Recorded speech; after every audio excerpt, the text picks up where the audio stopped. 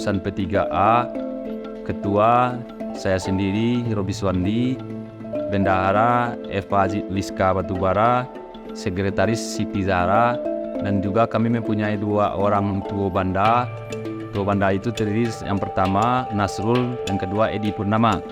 Dan P3A kami pun telah berdiri sebetulnya dari tahun 83 sampai saat sekarang diperbaharui struktur kepengurusan dari tahun 2019 sampai saat sekarang. Selanjutnya kami dari P3A mempunyai administrasi. SK itu dikeluarkan oleh Wali Nagari, ADRT kami ditandatangani Bupati, dan juga akte notaris. Selanjutnya kelompok P3A kami juga mempunyai aset, itu ada mesin potong rumput, mesin perontok gabah, juga cangkul, sekop, dan lain-lainnya ada. Selanjutnya kami dari P3A juga mempunyai iuran pokok dari petani, dan anggota petani kami berjumlah lebih kurang 60 orang.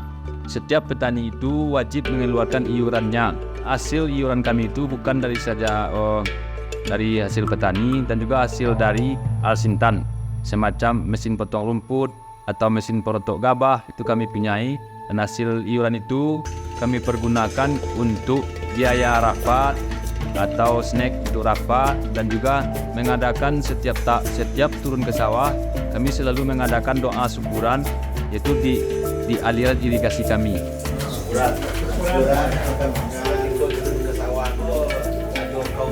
Dikasih kepercayaan untuk atau amanah sebagai Ketua P3A Kecamatan Ampekoto, Banu Ampuk, untuk mewakili Komisi Irigasi Agam Timur.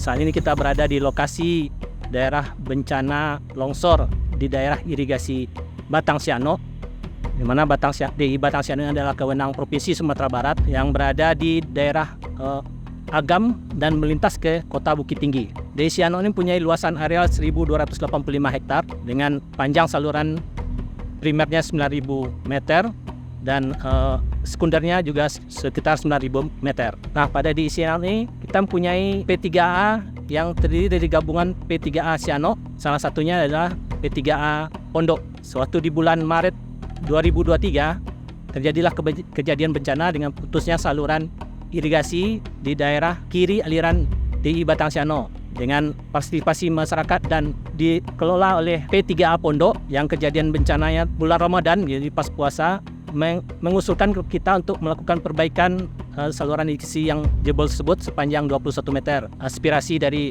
P3A Pondok melakukan kegiatan tanggap darurat bencana dengan anggota-anggota kelompoknya dan juga dengan masyarakat setempat melakukan goro bersama.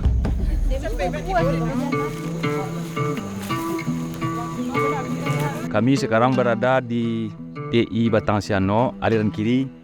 Pada saat itu kami mendapat musibah pada saat bulan puasa.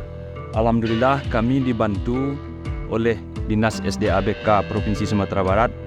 Dibantu kami bahan, apapun bahan yang kami butuhkan disediakan.